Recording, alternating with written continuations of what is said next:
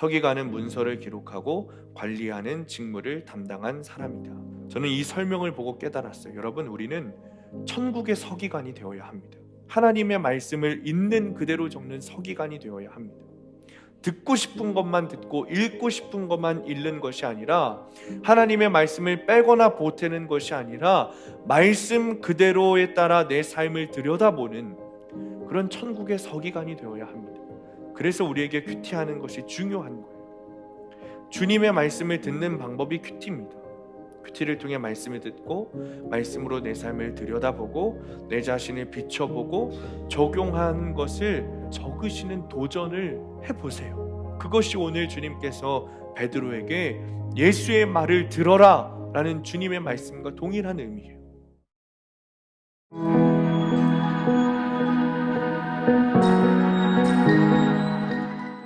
오늘 주신 하나님의 말씀은 마태복음 17장 1절에서 13절입니다.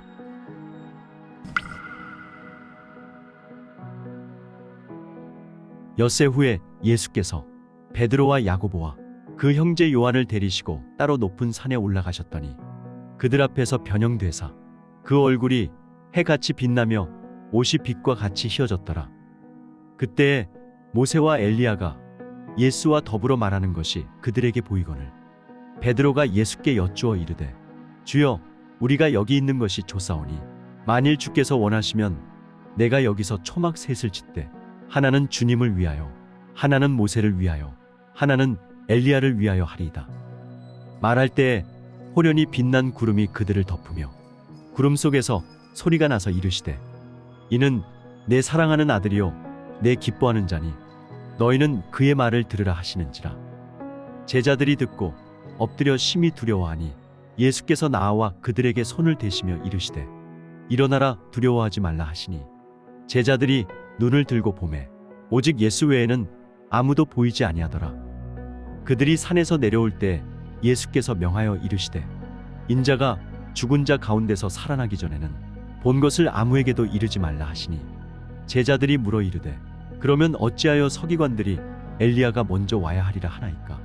예수께서 대답하여 이르시되 엘리야가 과연 먼저 와서 모든 일을 회복하리라. 내가 너희에게 말하노니 엘리야가 이미 왔으되 사람들이 알지 못하고 임의로 대우하였도다. 인자도 이와 같이 그들에게 고난을 받으리라 하시니 그제서야 제자들이 예수께서 말씀하신 것이 세례 요한인 줄을 깨달으니라.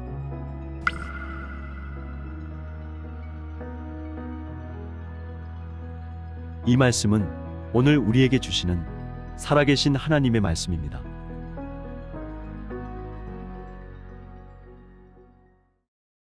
오늘은 큐티인 256조입니다. 오늘 주일 본문입니다. 설교 노트는 뒷장 260쪽에 있습니다. 적으시면 되겠습니다. 믿음 좋은 것이 무엇일까요, 여러분? 예배 안 빠지고 성경 많이 읽어서 잘 알고 있고 또 기도 시작하면 한두 시간은 훌쩍 하고 봉사도 많이 하고 게다가 전도도 많이 하면 믿음이 좋은 걸까요? 사실 이전에 한국교회에서는 이런 것들을 잘하면, 모범적으로 하면 믿음이 좋다고 여겨졌습니다. 물론 이것이 믿음 좋은 사람의 증거가 될 수는 있습니다. 실제로 믿음 좋은 사람은 위에 언급한 일들을 빠짐없이 모범적으로 행합니다. 그런데 반대로 위에 언급된 것들을 빠짐없이 한다고 해서 다 믿음 좋은 사람이냐라고는 말할 수 없는 것이죠. 2021년부터 올해까지 우리 교회는 본질로 돌아가는 교회라는 주제로 함께 이야기하고 있습니다. 말씀을 묵상하고 있죠. 그래서 우리는 끊임없이 본질이 무엇인지, 우리가 어디로 돌아가야 하는지에 대해서 계속해서 묵상하고 있습니다. 그리고 그렇게 살아내려고 하고 있습니다. 그리고 제가 분명하게 믿는 것은 그리스도인이라면, 교회라면 우리가 본질에 대해서 한 번 알았다고 해서 그것을 알고 넘어가는 것이 아니라 우리가 살아가는 그 순간 동안 평생토록 언제나 본질에 대해서 이야기하고 본질만 나누어야 되고 본질로만 돌아가야 한다는 것입니다. 그런데 더 놀라운 것은 이제는 세상도 교회의 본질에 대해 질문한다는 것입니다. 이전에는 그리스도인의 행함, 교회의 어떤 사회적 역할에 대해서 세상 사람들이 우리에게 질문했다면, 요즘에는 교회에 던지는 질문이 그리스도인이 무엇인가? 교회란 무엇인가? 정말 믿음은 무엇인가? 라는 것을 우리에게 세상 사람들이 질문한다는 거죠. 물론 놀라운 질문이기도 하지만 교회로서는 뼈아픈 질문입니다. 세상 사람들이 우리에게 그 질문을 한다는 이유는 우리가 교회답게 살지 못했기 때문에, 그리스도인들이 그리스도인답게 살지 못했기 때문에 그 질문을 우리에게 다시 되돌려서 하는 것이죠. 사랑하는 성도님들, 믿음은 무엇일까요? 믿음의 결론은 언제나 오직 예수입니다. 그것이 본질입니다. 금요일에 큐티한 것처럼 베드로는 주는 그리스도시요 살아계신 하나님의 아들이십니다 라는 고백을 위해 오직 예수만 보이고 오직 예수에게만 돌아가는 것이 믿음이죠. 더불어 주님은 이 믿음 위에, 그 고백 위에 교회를 세우신다고 말씀하셨어요. 마태복음 16장 18절에 또 내가 내게 이르노니 너는 베드로라 내가 이 반석 위에 내 교회를 세우리니 음부의 권세가 이기지 못하리라. 베드로라는 이름의 뜻이 반석인데, 그 반석 위에, 그러니까 이 베드로가 고백했던 주는 그리스도시요 살아계신 하나님의 아들이십니다 라는 이 고백 위에 교회를 세울 것이다 말씀하시는 거예요. 즉 주님께서는 이 믿음이 오직 예수만이 우리의 주와 그리스도이십니다 라는 고백이고, 그 고백 위에 세워진 공동체가 교회다 라고 우리에게 가르쳐 주시는 거죠. 반대로 말하면 우리의 삶이, 그리고 우리의 입술에서 주는 그리스도시요 살아계신 하나님의 아들이십니다 라는 고백이 나오지 않는다면 우리는 그리스도인이 아닌 것이고 교회가 아닌 것이죠. 여기서 더 중요한 것은, 이 베드로의 고백 중에 중요한 것은 살아계신 하나님의 아들이십니다 라는 고백입니다. 물론 그 앞에도 중요하지만 하나님께서 살아계시기 때문에 우리의 고백 역시 과거에서 끝나는 것이 아니라 매일매일 주님과 나 사이에 있는 그 생명의 사건을 통해 고백하게 되는 공동체가 교회라는 뜻이죠. 더 쉽게 설명하자면 주님의 말씀을 통해서 매일 내 삶의 고백의 사건이 일어나는 사람이 그리스도인이라는 거예요. 그런데 아이러니하게도 이 고백을 했던, 아주 귀한 고백을 했던 베드로 자신도 이 고백을 계속해서 이어가지는 못했어요. 즉 우리의 믿음이 계속 우상향하느냐? 그렇지 않다는 거죠. 그럴 수 없다면 그냥 놔두면 되는가? 그 또한 그래서도 안 되죠. 우리의 신앙은 매번 늘 우상향할 수 없어요. 빨간색이 되기도 했다가 파란색이 되기도 했다가, 즉 업다운이 되는 거죠. 그러나 우리는 우리의 믿음이 작아지면 작아지나 보다, 커지면 커지나 보다 하면서 그냥 놔두고 지켜보는 게 아니라 계속해서 위로 올라갈 수 있도록 우리의 신앙을 점검하고 믿음을 키워나가야 하는 겁니다. 오늘 본문이 그것입니다. 교회의 기틀을 세운 고백을 한 베드로의 믿음이 다운되었다가 다시 업되는 그런 모습을 보여주고 있습니다. 1절 2절입니다. 함께 읽습니다. 시작. 엿새 후에 예수께서 베드로와 야고보와 그 형제 요한을 데리시고 따로 높은 산에 올라가셨더니 그들 앞에서 변형되사 그 얼굴이 해같이 빛나며 옷이 빛과 같이 휘어졌더라. 아멘. 예수님께서 세 제자 베드로, 요한, 야고보만 데리고 높은 산으로 올라가셨어요. 우리는 그 산을 변화산이라고 부르죠. 예수님의 모습이 변화되셨기 때문이죠. 2절에 보면 그 예수님의 모습이 어떻게 변화되셨느냐? 그 얼굴이 해같이 빛나고 그 옷이 빛과 같이 휘어졌다, 이렇게 말하고 있어요. 그래서 예수님께서 정확히 어떤 산에 올라가셨는지는 모르지만 우리는 그 산을 변화산이라고 부르기 시작했습니다. 지금 그 높은 산 한가운데 제자들이 예수님의 변화되신 모습들을 보고 있는 장면입니다. 3절 4절입니다. 한 번 더 읽습니다. 시작. 때에 모세와 엘리야가 예수와 더불어 말하는 것이 그들에게 보이거늘 베드로가 예수께 여쭈어 이르되 주여 우리가 여기 있는 것이 좋사오니 만일 주께서 원하시면 내가 여기서 초막 셋을 칠 때에 하나는 주님을 위하여 하나는 모세를 위하여 하나는 엘리야를 위하여 하리이다. 아멘. 높은 산에 제자들과 함께 올라가신 예수님의 모습이 변화되셨죠. 근데 거기에 예수님만 계셨던 게 아닌 것 같아요. 모세와 엘리야도 함께 있었어요. 그리고 예수님과 모세와 엘리야가 무엇을 하고 계셨죠?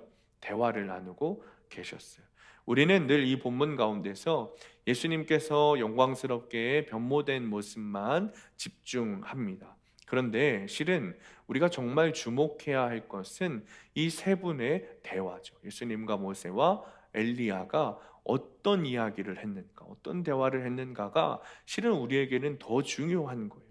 오늘 본문에는 기록되어 있지 않지만 누가복음에는 어떤 이야기를 하셨는지 기록되어 있어요.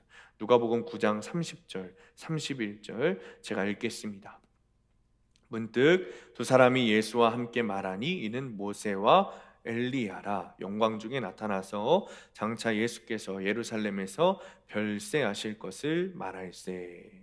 즉, 이 변화산 가운데서 예수님께서 모세와 엘리야와 대화를 나누신 내용은 예수님의 별세, 즉 예수님의 죽음에 대해서 이야기하고 계셨다는 거예요. 더 조금 더 부가 설명하자면 예수께서 어디서 별세하실 것을 말하셨다고요? 예루살렘에서 별세하실 것을 말할세. 예루살렘에서의 죽음, 즉 십자가 죽음, 십자가상에서의 죽음, 십자가 고난을 지금 주님께서 엘리야와 모세와 함께 이야기하고 계신 거예요. 예수님께서는 당신께서 이 땅에 오신 목적을 아시고 십자가상에서의 죽음에 대해 말씀을 나누고 계신 거죠. 물론 오늘 본문 속에는 예수님의 죽음만 드러나 있는 것은 아닙니다.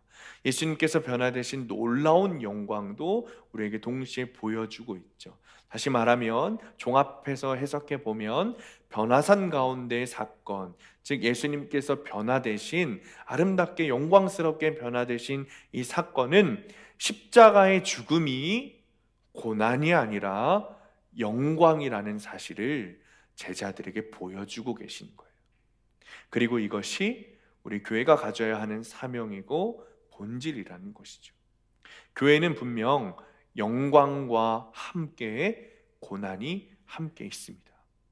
그런데 실은 반대로 말해야 돼요. 영광과 함께 고난이 아니라 고난과 함께 영광이 있다. 이렇게 말해야 돼요. No cross, no crown. 여러분 들어보셨나요? 십자가가 없으면 면류관도 없다라는 뜻이에요. 다시 말하면 고난을 통해 영광을 누리는 사람들이 그리스도인입니다.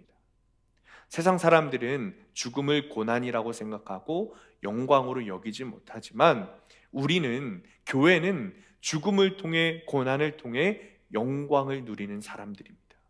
이것이 십자가이고 십자가의 본질이고 십자가의 영광인 거예요. 그리스도인의 관심은 고난이어야 합니다. 그런데 우리는 고난 없이 영광만 취하기를 바라죠. 고난을 예고하시는 주님의 말씀 앞에서 영적으로 졸다가 베드로가 여기가 좋사오니 라고 하고 영광만 취하려고 한 것처럼 실은 우리의 삶에서 고난은 없고 영광만 있기를 바랍니다. 사실 우리의 삶에서 영광만 바라보며 신앙생활하면 더 좋을 수도 있습니다. 목회적으로도 그렇습니다. 목사로서 성도들을 움직이게 하고 예배에, 교회에 더 잘 나오게 하는 방법은 영광만 말하는 것입니다. 예수님 믿으면 복받고, 예수님 믿으면 다 잘 되고, 예수 믿으면 자식도 잘 되고, 직장에서 승승장구하고, 결혼도 잘 가고, 돈도 잘 벌고 다 잘 됩니다. 그러니까 우리가 예수 믿고 잘 돼서 세상 사람들한테 떵떵거리며 자랑하며 살아야 예수님의 영광이 됩니다 라고 말하는 것이 실은 더 효율적일 수 있다는 거예요. 그렇게 설교해야 전도도 더 잘 될 수 있다는 거죠. 그런데 실상이 그렇습니까? 그렇지 않습니다. 왜냐하면 그것이 본질이 아니기 때문이죠. 십자가 없이는 영광도 없기 때문입니다. 우리가 입술로 영광만 고백하고 영광만 설교하고 영광으로만 전도한다고 하더라도 우리의 삶이 그렇게 되지가 않습니다. 여기 있는 분들 중에 지금 당장 아무런 고난과 고민이 없는 분들 있으십니까? 그렇지 않다는 거죠.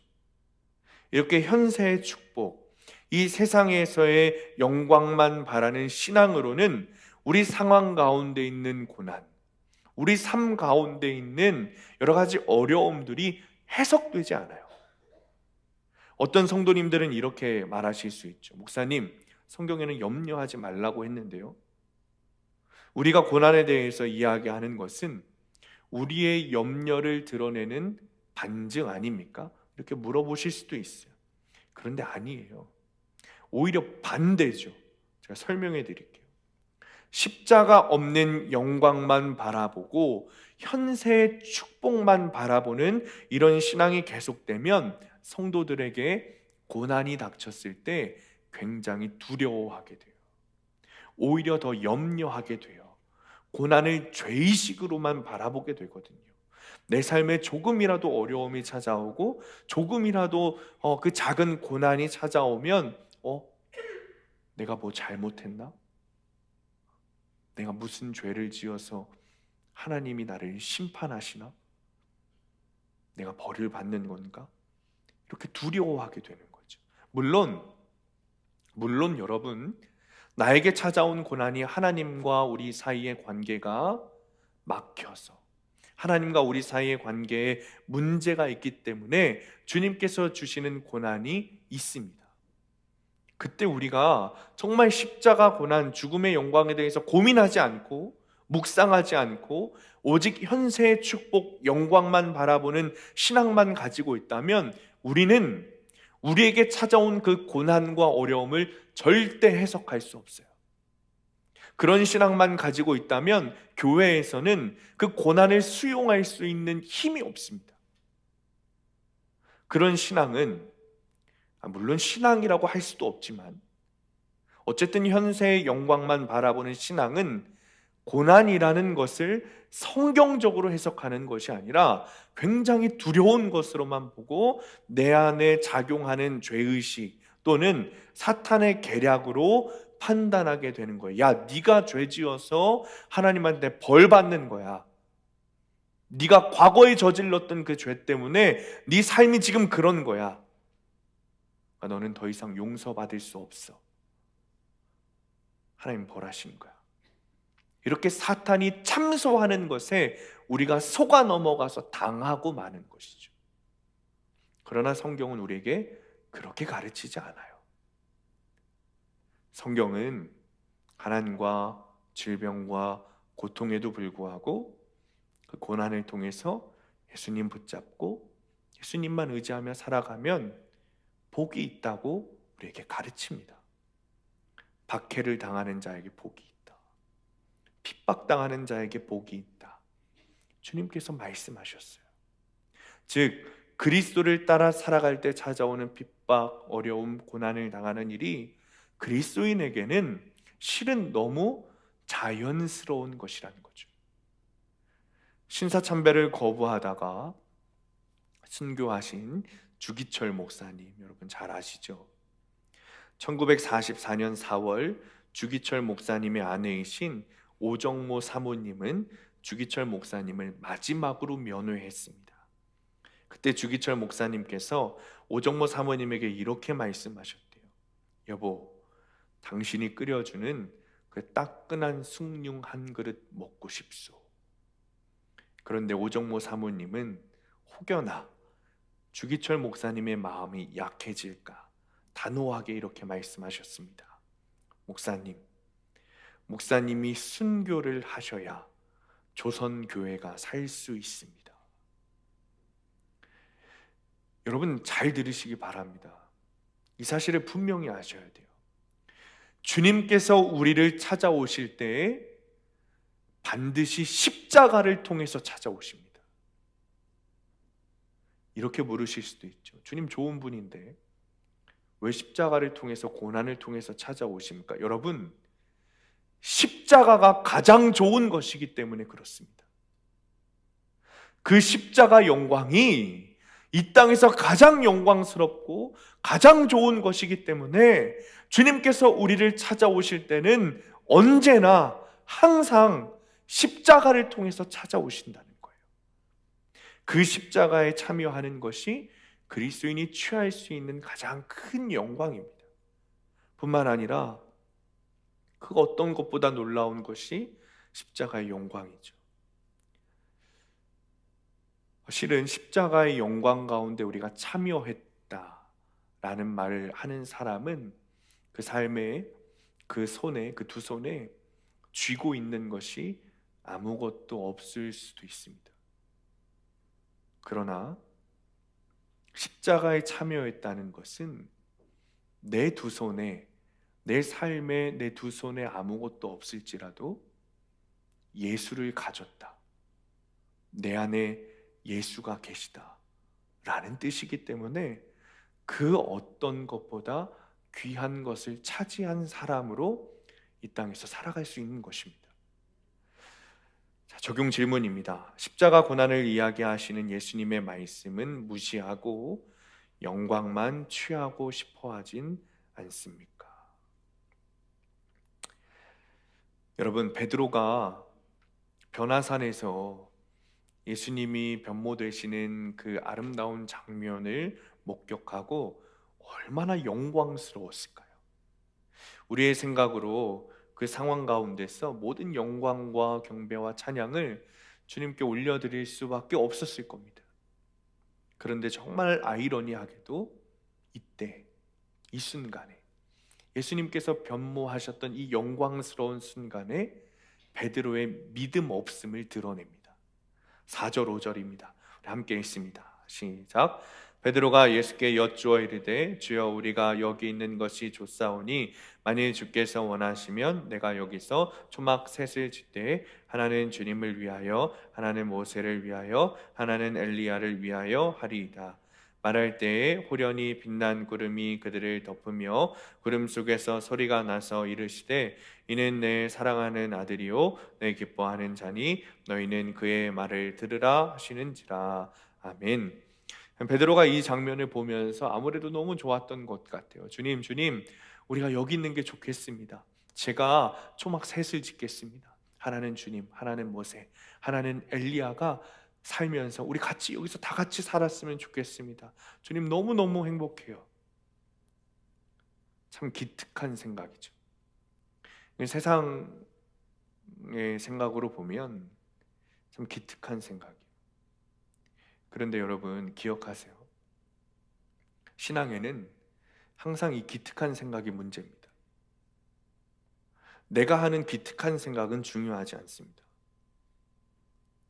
그리스도인은 주님의 말씀을 듣는 것이 중요한 거예요.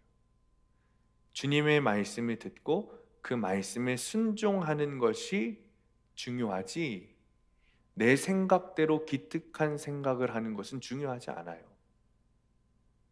말씀 없이 신앙생활 하는 사람은 항상 자기 생각대로, 자기 소견대로 기특한 신앙생활을 하려고 합니다.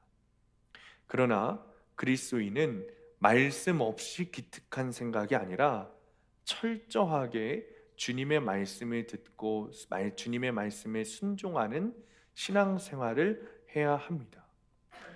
주님이 원하시는 믿음이 이런 믿음입니다.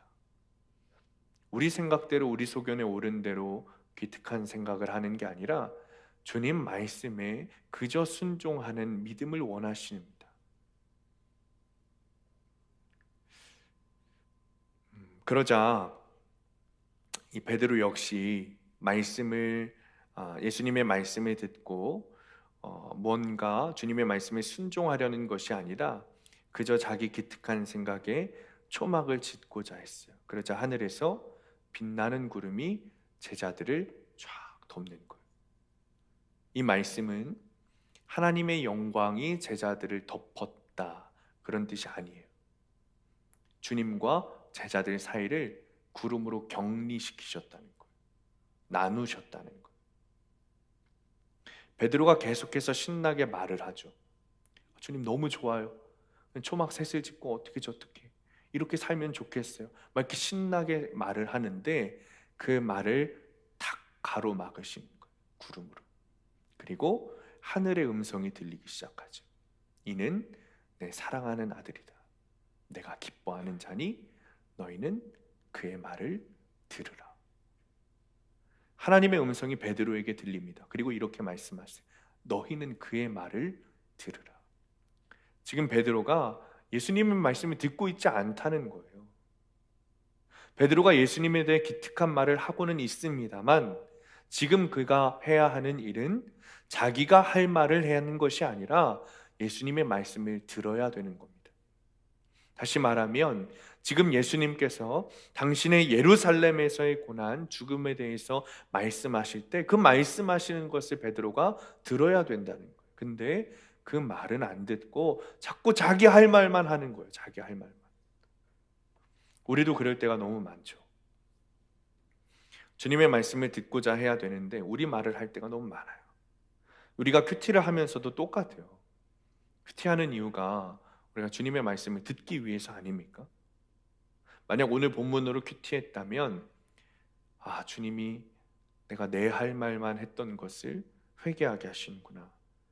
내가 생각하는 것이, 내 소견에 옳은 것이 다 좋은 게 아니고 신앙생활 잘하는 게 아니고 주님의 말씀을 듣는 것이 좋은 것이구나.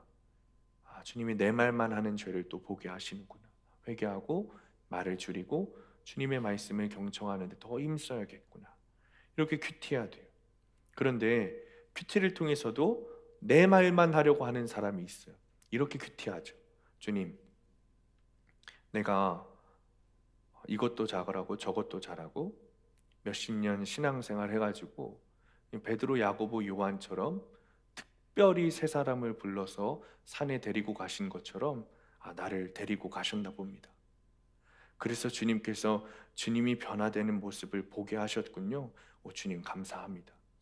이렇게 큐티하는 거예요. 내 말만 하는 사람은. 그런데 주님, 정말 큐티를 하면서 주님의 말씀을 듣는 사람은 내 죄를 보고 내 삶을 해석하는 사람이죠. 남의 죄를 보고 남의 삶을 판단하는 사람이 아니라 내 죄를 보고 내 죄를 회개하는 사람이에요. 이런 사람이 있어요. 이봐, 그럴 줄 알았어. 이 오늘 말씀에도 나오잖아. 그 사람이 잘못한 거라니까. 역시 말씀을 통해 나에게 알려주시네. 그 사람이 나한테 용서를 빌어야 된다니까. 난 상처 준 게 아니고 난 상처 받은 거야.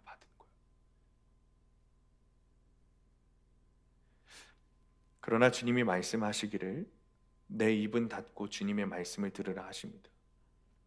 특별히 지금 주님께서 자신의 죽음, 십자가 고난에 대해 말씀하고 계시죠. 그러니 우리는 베드로는 주님의 말씀을 들으며 그 십자가 고난에 어떻게 참여해야 할 것인가? 나는 그 영광스러운 죽음에 어떻게 참여해야 할 것인가? 주님의 말씀을 경청하며 생각했어야 합니다. 그런데 그저 눈에 보이는 영광만 취하려고 초막이나 짓겠고자 하니 하나님께서 얼마나 답답하시면 베드로가 말하는 도중에 그의 입을 막으셨을까요? 베드로는 교회의 기초가 된 고백을 한 사람입니다. 주는 그리스도시요 살아계신 하나님의 아들이십니다. 라는 이 고백보다 더 크고 완벽한 고백은 성경에 없습니다. 이것이 우리가 매일 해야 하는 고백입니다. 그런데 이 베드로가 딴소리 하는 거예요. 우리의 믿음도 오를 때가 있고 내려갈 때가 있다 말씀드렸는데 베드로가 16장에서 신앙 고백을 할 때는 믿음이 저 하늘 끝까지 갔다가 이제는 오늘 본문에서는 저 지하 안반까지 들어가는 믿음을 보여주고 있는 거죠. 그 이유는 단 한 가지입니다. 지금 베드로의 믿음이 지하 끝까지 떨어진 이유는 주님의 말씀을 듣지 않았기 때문입니다. 하나님께서 얼마나 답답하신지 이렇게 말씀하세요. 본문 5절에 이는 내 사랑하는 아들이요 내 기뻐하는 자다. 그러니 너희는 예수의 말을 들어라. 그러니까 베드로가 주님의 말씀을 듣지 않고 있으니까 다시 알려준 거예요. 베드로야, 베드로야, 너 예수가 누군지 아니? 네가 지금 그의 말을 무시하고 네 할 말만 할 수 있는 그런 존재가 아니야. 예수는 내가 사랑하는 아들이야. 살아있는 나 여호와의 사랑하는 아들, 내가 가장 기뻐하는 그런 자가 예수야. 그런데 어떻게 네가 지금 그의 말을 경청하지 않고 네 말만 하고 있는 거니? 자, 이제 그만 너의 입을 닫고 예수의 말을 들어라. 사랑하는 성도님들, 여러분은 예수님을 누구라고 고백하십니까? 베드로처럼 예수님께서 우리의 주인이시오, 우리의 그리스도시오, 살아계신 하나님의 아들이시라고 믿고 고백하시는 분만 아멘 하시기 바랍니다. 없으신가요? 아멘 하시기 바랍니다. 그렇다면 우리가 정말 예수님이 어떤 분이신지 알았고 고백했다면 이제 우리가 해야 할 일은 하나죠. 주님의 말씀을 듣기만 하면 되는 거예요. 그의 말을 들으라, 이겁니다. 이게 답이에요. 어제 토요일 큐티인 보면 도움말에 서기관이 무엇인지 설명하고 있습니다. 이렇게 설명합니다. 서기관은 문서를 기록하고 관리하는 직무를 담당한 사람이다. 저는 이 설명을 보고 깨달았어요. 여러분, 우리는 천국의 서기관이 되어야 합니다. 하나님의 말씀을 있는 그대로 적는 서기관이 되어야 합니다. 듣고 싶은 것만 듣고 읽고 싶은 것만 읽는 것이 아니라 하나님의 말씀을 빼거나 보태는 것이 아니라 말씀 그대로에 따라 내 삶을 들여다보는 그런 천국의 서기관이 되어야 합니다. 그래서 우리에게 큐티하는 것이 중요한 거예요. 주님의 말씀을 듣는 방법이 큐티입니다. 큐티를 통해 말씀을 듣고 말씀으로 내 삶을 들여다보고 내 자신을 비춰보고 적용하는 것을 적으시는 도전을 여러분 해보세요. 그것이 오늘 주님께서 베드로에게 예수의 말을 들어라 라는 주님의 말씀과 동일한 의미예요. 오늘 말씀을 통해 저와 여러분에게 주님께서 말씀하고 계신 거예요. 주의 말을 들어라. 주의 말을 들어라. 저도 똑같아요. 큐티를 하고 큐티를 통해서 저에게 적용되는 것들을 매일 적습니다. 그리고 그것을 자꾸 생각하고 적어 놓은 것을 들여다 봐야 돼요. 그렇지 않으면 안 되는 아주 연약하고 악한 사람이 저입니다. 많은 분들이 저에 대해서 이렇게 말씀하세요. 묵묵하고 감정적이지 않고 말이 없는 사람. 근데 실은 그렇지 않습니다. 저에게도 화가 참 많고 감정이 올라올 때가 많습니다. 그러니까 저 건드리지 마세요, 여러분. 그러니까 제 안에 그런 것들이 있다는 것을 다른 사람은 몰라도 저는 알아요. 그리고 하나님은 아시죠. 그러니 사실 큐티가 없으면 저는 누구보다 욱하는 사람일 겁니다. 그래서 큐티를 하고 그것을 계속 들여다보지 않으면 안 되는 겁니다. 말씀이 나를 이끌어 가시도록 하는 길밖에는 없습니다. 내 생각이 많아지고 감정이 오르락 내리락 할 때 내 말을 더 하려고 하는 것이 아니라 오히려 반대로 말씀을 근거로 내 생각이 옳은지 재단하고 더해야 되는 거예요. 우리의 감정마저도 우리의 생각마저도 말씀으로 판단해야 하는 겁니다.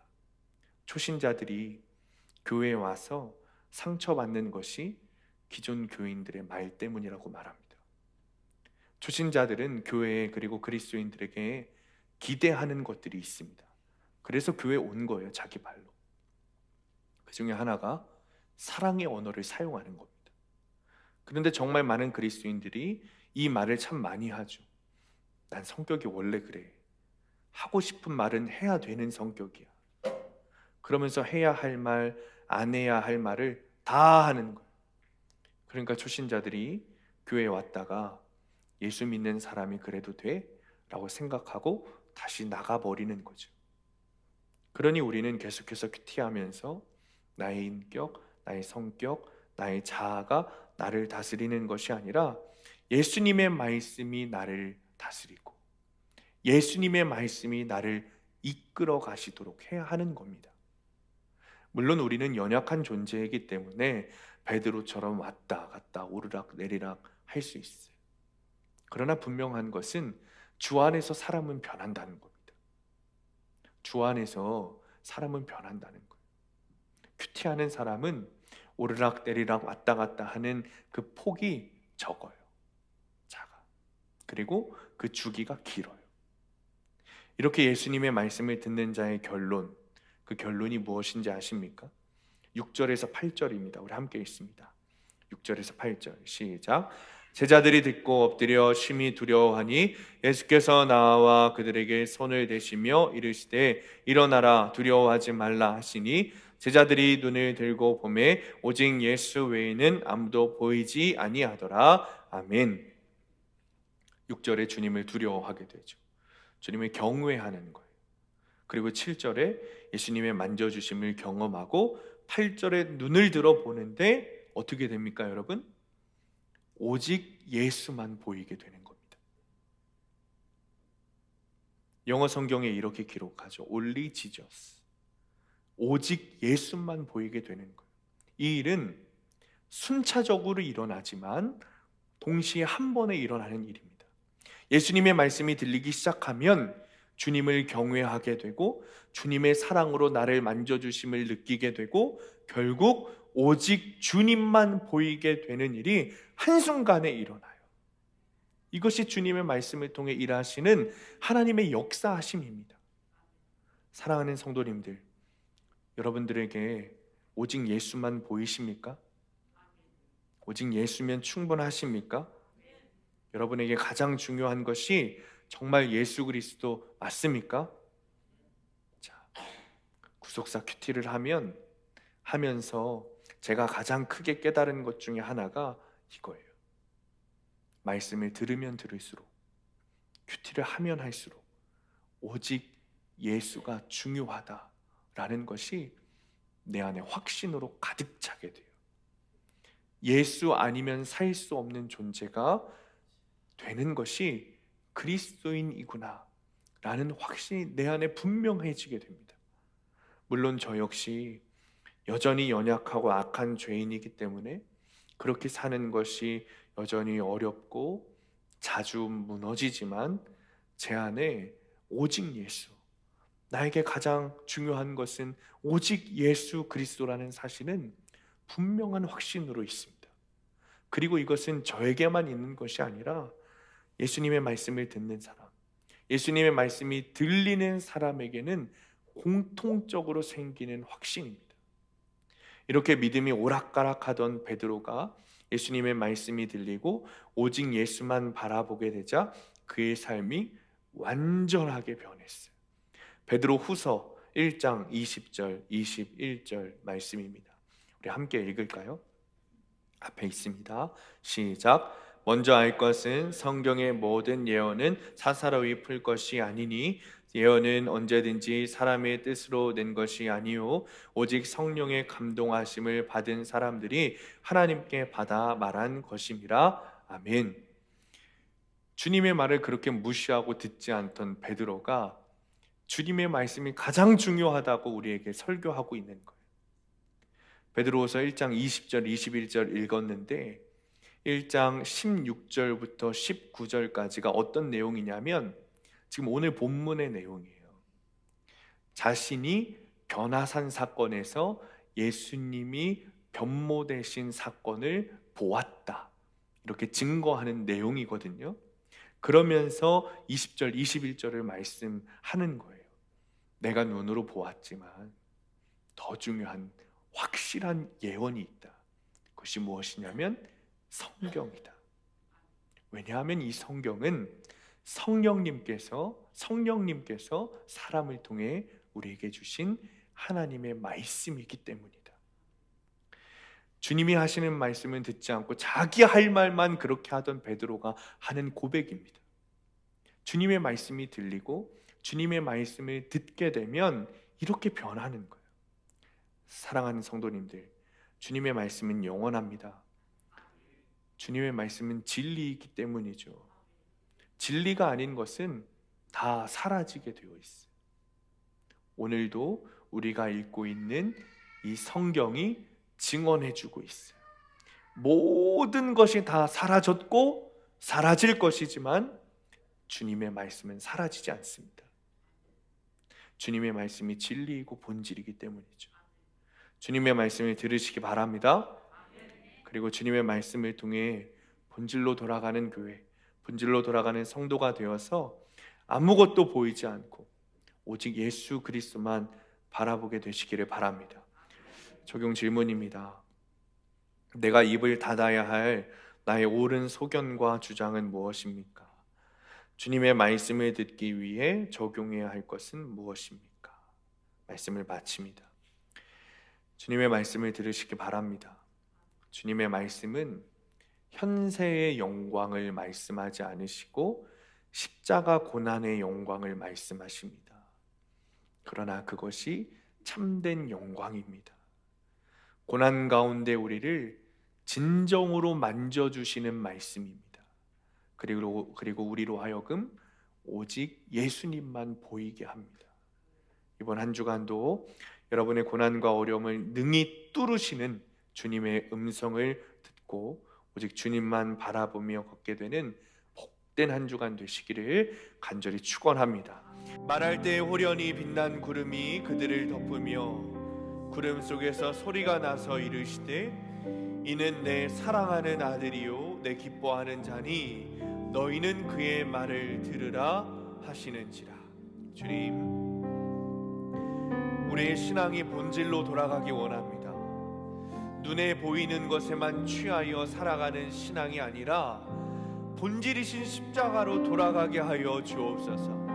내가 듣고 싶은 것만 듣고 내가 보고 싶은 것만 보는 비뚤어진 신앙이 아니라 우리에게 하시는 주님의 말씀을 듣고 보는 신앙이 되게 하여 주옵소서. 내가 하고 싶은 말, 나의 옳은 소견대로 하는 신앙이 아니라 주님의 말씀에 순종하여 오직 주님만 보이는 신앙이 되게 하여 주옵소서. 시간에 주님 이름 부르시고 함께 기도하겠습니다. 주여 아버지 하나님, 우리의 신앙이 본질로 돌아가기를 원합니다. 하나님, 눈에 보이는 것만 취하여 살아가는 신앙이 아니라 본질이신 십자가로 돌아가게 하여 주옵소서. 내가 듣고 싶은 것만 듣고 보고 싶은 것만 보내 아주 크러지고 부드러진 신앙이 아니라 우리 주님께서 하시는 주님의 말씀을 듣기를 원합니다. 주님께서 말씀하시는 것을 내지 않고서 하지 않고 듣기를 원합니다. 내가 듣고 싶은 것만 듣고 보고 싶은 것만 듣는 신앙이 아니라 오직 주님을 보게 하시고 내가 하고 싶은 말을 듣는 우리의 신앙이 되게 하여 주옵소서. 나의 옳은 소견대로 하는 신앙이 아니라 주님의 말씀을 순종하며 주님만 보는 신앙이 되게 하여 주옵소서. 본질이신 십자가로 돌아가기를 원합니다. 본질이신 주님께로 돌아가기를 원합니다. 주님 말씀을 우리에게 들려주시고 주님 말씀을 우리가 듣게 하시고 주님의 말씀이 들리게 하셔서 하나님, 내가 하고 싶은 말이 아니라 주님의 나의 옳은 소견대로 하는 말이 아니라 주의 말씀을 듣게 하여 주의 말씀에 순종하게 하여 주님만 바라보게 하시고 주님만 다르게 하시고 주님의 말씀에만 순종하는 우리의 삶이 될 수 있도록 하나님 인도하여 주옵소서. 주님 감사합니다. 우리에게 찾아와 주셔서 우리 안에 계시고 우리를 인도하시니 감사합니다.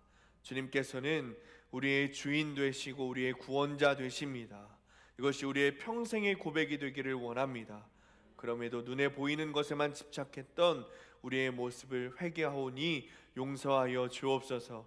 이제는 눈에 보이는 것이 아니라 주님의 말씀을 듣게 하시고 내가 하고 싶은 말을 하는 것이 아니라 주님의 말씀을 듣고 순종하는 데에 힘쓰게 하여 주옵소서. 정말 오직 주님만 보이는 은혜, 오직 주님만 바라보게 되는 우리의 신앙이 되게 하여 주옵소서. 이제는 우리를 모든 죄와 허물에서 구속하여 주시는 예수 그리스도의 은혜와 하나님의 놀라우신 사랑하심과 성령님의 임재하심이 우리의 소견대로 말하는 입술을 닫고 주님의 말씀을 들으며 오직 예수만 바라보기를 결단하고 삶의 자리로 돌아가는 사랑하는 모든 주님의 자녀들 머리 위에, 이들의 가정과 일터와 학업 위에, 그리고 사랑하는 수함교회 위에 이제로부터 영원까지 함께 하시기를 간절히 축원하옵나이다. 아멘.